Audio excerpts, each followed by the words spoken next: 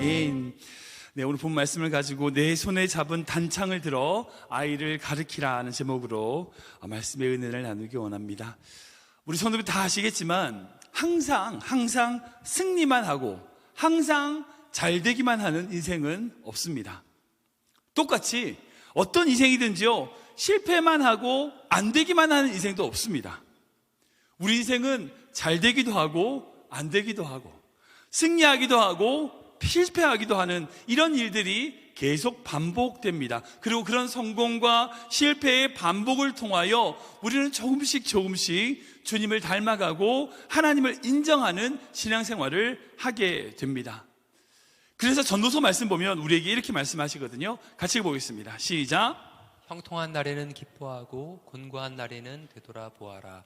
이 두 가지를 하나님이 병행하게 하사 사람이 그의 장래 일을 능히 헤아려 알지 못하게 하셨느니라. 아멘. 아멘. 맞습니다. 하나님께서는 우리에게 때로는 성공을 주시고 형통케 하시고 때로는 우리가 곤고하고 실패하고 좌절한 날을 허락하심으로 말미암아 하나님 안에서 살아가는 법을 배우게 하시는 거예요. 우린 지난주에 이스라엘 백성들이 아이성에서 패배하는 장면을 함께 모습을 보았습니다. 이 아이성은요, 여리고성에 비하면 정말 작은 성입니다. 그런데 이스라엘 백성들이 그 아이성에서 실패를 하고 말았습니다. 분명히 실패할 수 없는 전쟁이었음에도 불구하고 실패한 거예요. 그 실패의 원인이 무엇이든지 그 중요한 것이 아닙니다. 중요한 건 뭐냐? 그 실패를 통하여 이스라엘 백성들이 배워야 될 것이 있다는 겁니다. 그래야 무의미한 실패가 아니라 이것을 통하여 다시 일어서는 실패, 의미 있는 실패가 되는 것이기 때문입니다. 솔직히 여러분, 실패를 좋아하는 사람이 누가 있나요? 없죠? 아무도 없습니다. 그러나 다 알고 있어요. 실패로 말미암아 주는 유익이 있다는 건 알고 있어요. 실패는 다 싫은데 그 유익은 받고 싶어. 그게 인간의 마음 같아요. 근데 여러분, 사랑하는 성도 여러분, 하나님께서는요, 그 실패를 통하여 하나님과 더욱더 가까워지기를 원하시더라는 거예요. 우리 삶을 봐도 그래요. 성공하는 순간 자아도취에 빠집니다. 성공하면요, 기고만장해져요. 그리고 성공하면 언제 그랬냐는 듯이 하나님을 잊어버립니다. 그게 우리 모습이잖아요, 솔직히. 그래서 여리고에서 승리한 이스라엘 백성들이 넘어진 겁니다. 오늘은 우리가 어린이 주일로 섬기고 있습니다. 결국 이 주일은 바로 다음 세대를 위하여 기도하는 주일이라는 생각이 듭니다. 우리가 우리 자녀들에게 정말 잘 가르치고 신앙으로 우리의 믿음을 잘 전해줘야 됩니다. 근데 우리가 전해줘야 될 신앙은요, 결코 성공만은 아닙니다. 정말 우리가 가르쳐야 될 게 뭔지 아세요? 잘 넘어지는 법, 잘 실패하는 법을 가르쳐야 됩니다. 여러분, 이제 격투기라든지 그런 레슬링이든지 그런 격투 종목에 있어서 그 사람이 처음, 어느 누구든지 처음을 그걸 배우게 되면 제일 먼저 뭐 먼저 가르치지 아세요?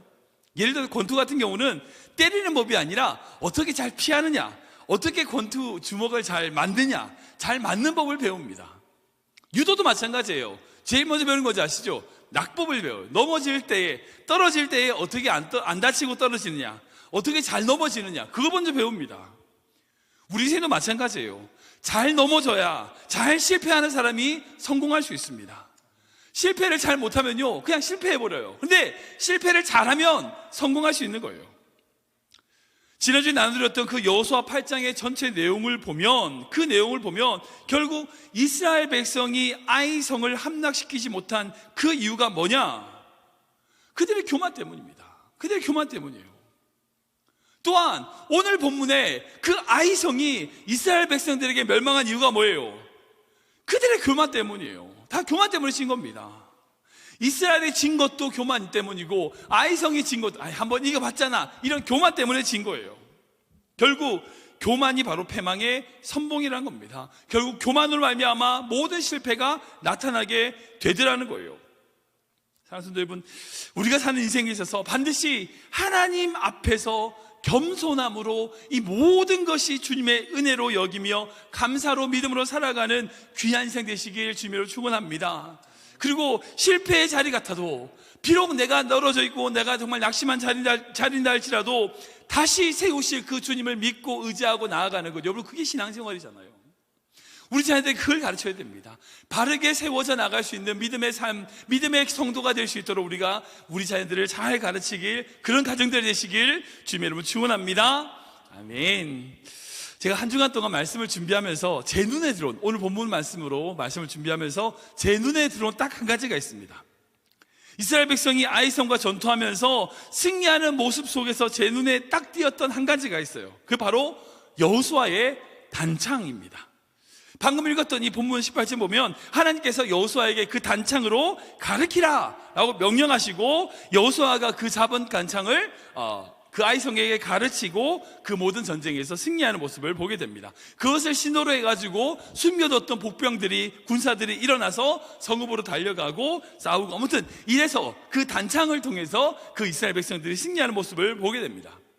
근데 이 18절에 가르치다, 가르쳐라 라고 하는 것으로 끝나지 않고 26절에 보면 더 기록되어 있어요. 같이 읽어볼까요? 같이 읽겠습니다. 시작.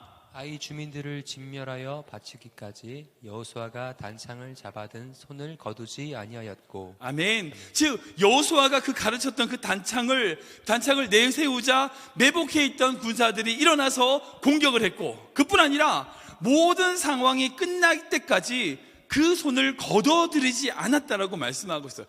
끝까지 붙들고 있었다는 거, 손을 들고 있었다는 겁니다. 여기서 손을 거두지 않았다는 것은요, 손을 내리지 않았다는 것을 의미합니다. 세 번역에는 이렇게 돼 있거든요. 같이 읽어볼까요? 시작. 이와 같이 아이 사람이 완전히 전멸할 때까지는 여호수아는 단창을 든 그의 손을 내리지 않았다. 아멘. 여호수아가 공격 신호를 사용했던 그 단창을 모든 전투가 끝나는 순간까지 어떻게 해요? 들고 있었다는 거예요. 즉 여호수아의 손에 있는 그 단창으로 말미암아 전투가 시작되었고, 그리고 이 단창이 끝까지 들고 있으므로 전투가 마무리되었다는 거예요. 그러니까 이 전쟁에 있어서 이 단창은 제일 중요한 도구처럼 보입니다. 그냥 창 하나의 의미가 아니라는 거예요.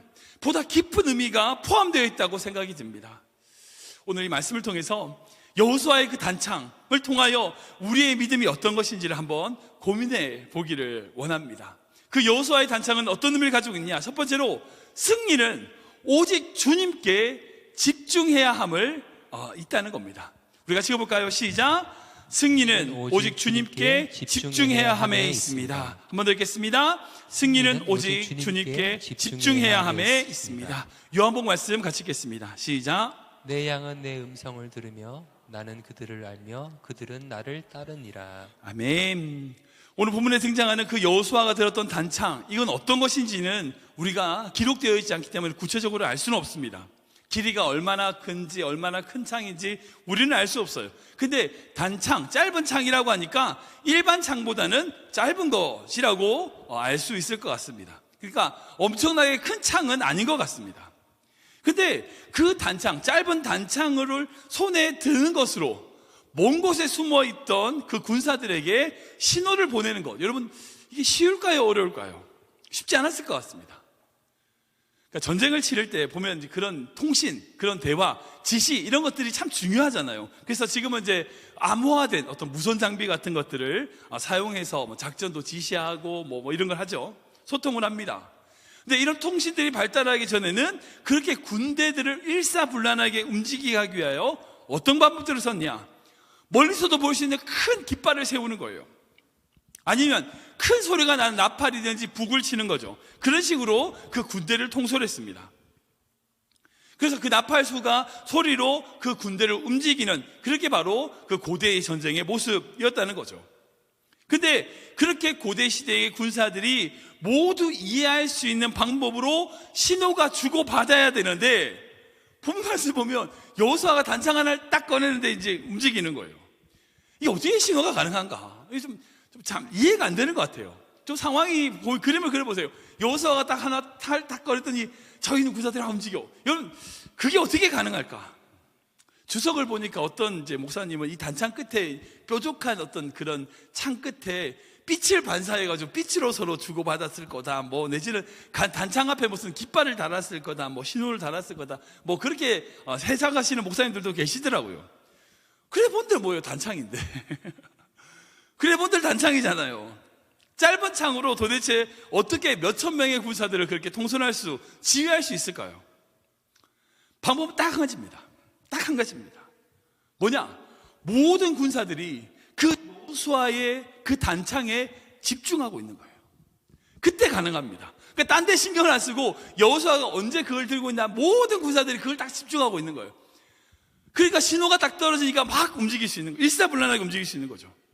숨어있던 모든 군사들이 정말 여호수아만 바라보고 있는 상황이기 때문에 그 작전이 가능했던 겁니다.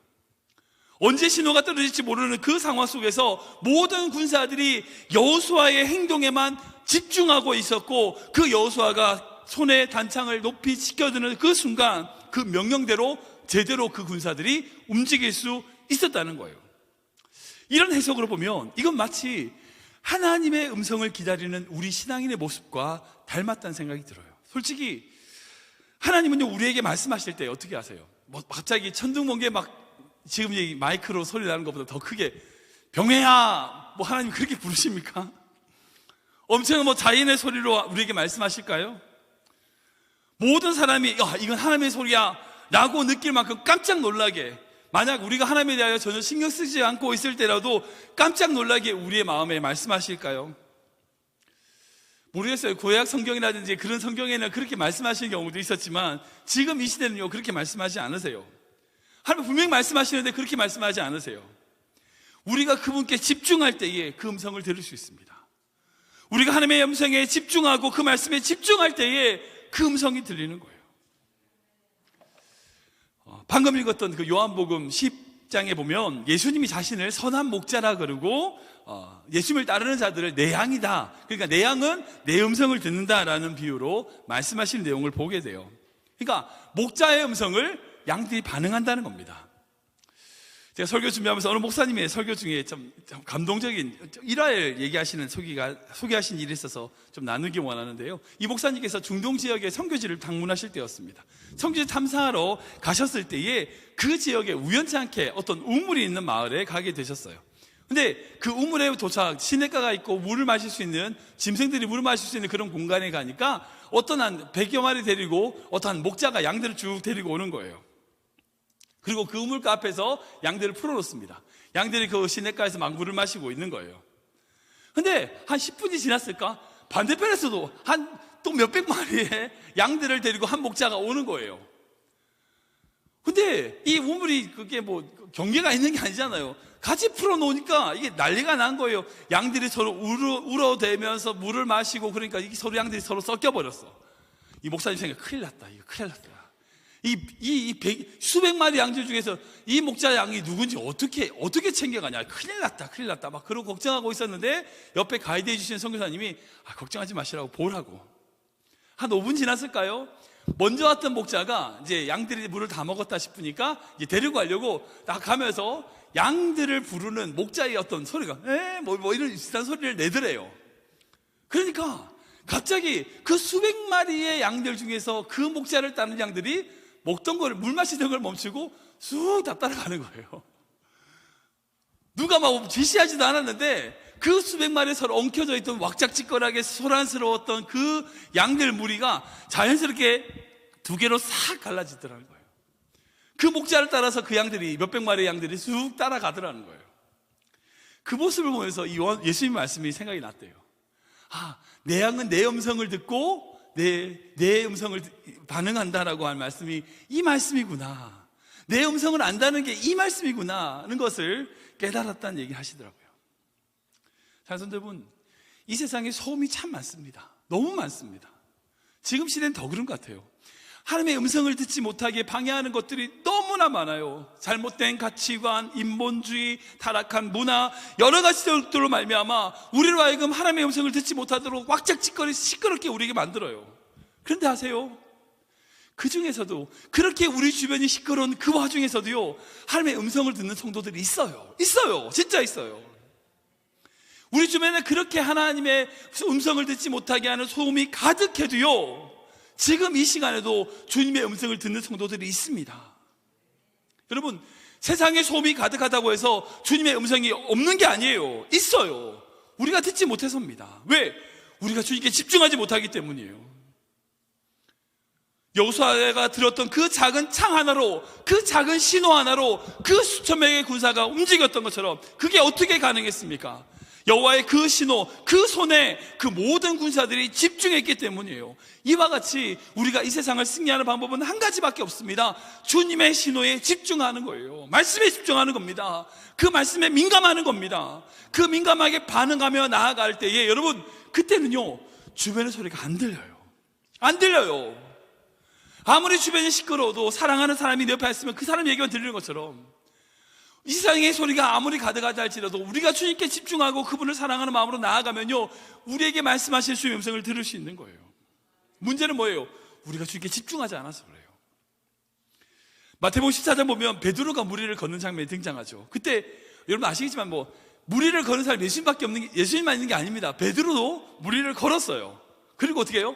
빠졌어요. 그 장면이 이제 30절에 있는데 같이 읽어보겠습니다. 시작. 바람을 보고 무서워 빠져가는지라 소리질러 이르되 주여 나를 구원하소서 하니. 아멘. 베드로도 처음에 예수님 오라 하셨을 때 무리를 걸었어요. 예수님을 바라보고 예수님께 집중하면 무리를 걸어요. 근데 문제는 뭐예요? 바람을 보니 빠져요. 이게 신앙생활입니다. 이게 신앙생활입니다. 예수님께 집중하고 예수님을 바라보면요 물 위를 걸어요. 즉 우리 환경 위를 걸어가는 겁니다. 그러나 바람을 보면, 환경을 보면, 상황을 보면, 내 주위의 사람과 비교하면 환경에 빠지는 거예요. 물에 빠지는 겁니다. 여러분 주님께 집중하십시오. 신앙생활은 세상에 집중하는 게 초점에서 주님께 집중하는 것으로 초점을 옮겨가는 거예요. 이게 그리스도인입니다. 이스라엘 백성들이 온 신경을 다하여 여호수아에게 집중하고 그 신호에 집중했듯이 우리가 그런 마음으로 하나님의 음성에 민감하게 반응하고 나아가고, 여러분 그렇다면 그런 성도들이 어떻게 실패할 수 있겠습니까? 두 번째, 이 여호수아의 단창을 통해 보여줄 수 있는 것은 뭐냐? 승리는 오직 기도를 통해 가능하다는 거예요. 같이 읽어보겠습니다. 시작. 승리는 오직 기도를 통해 가능합니다. 한번 더 읽겠습니다.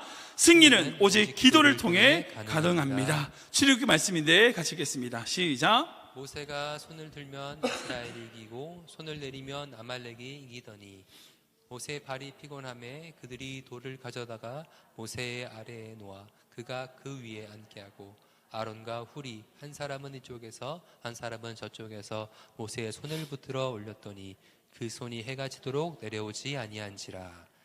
여호수아가 칼날로 아말렉과 그 백성을 쳐서 무찌르니라. 아멘. 아멘.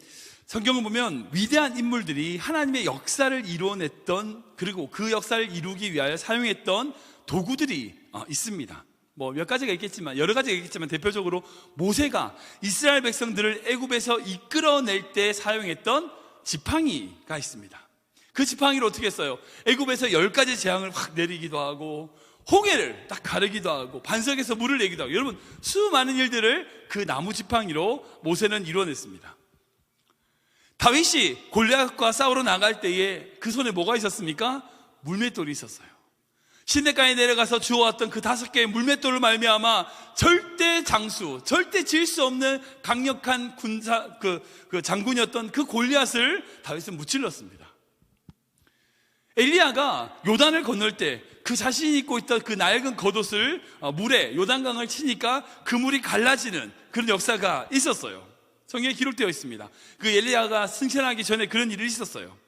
그리고 승천한 이후에 어떻게 했습니까? 엘리사가 그 스승의 옷을 주워다가 똑같이 요단강을 치고 그 물을 건너는 모습을 우리는 성경을 통해 보게 됩니다.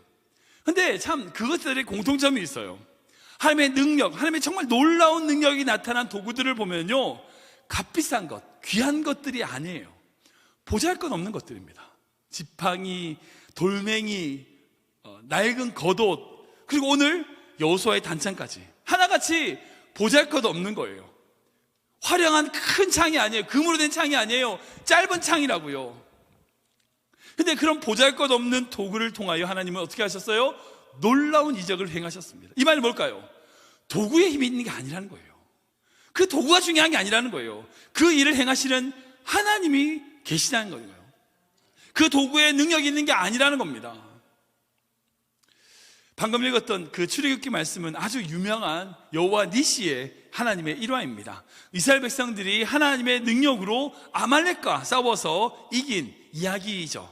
그때 여호수아는 밑에서 전쟁을 치르고 있었지만 여호수아가 밑에서 싸우고 있는 동안에 모세와 아론과 훌은 산 위에서 어떻게 하고 있었습니까? 손을 들었어요. 기도했다는 거죠.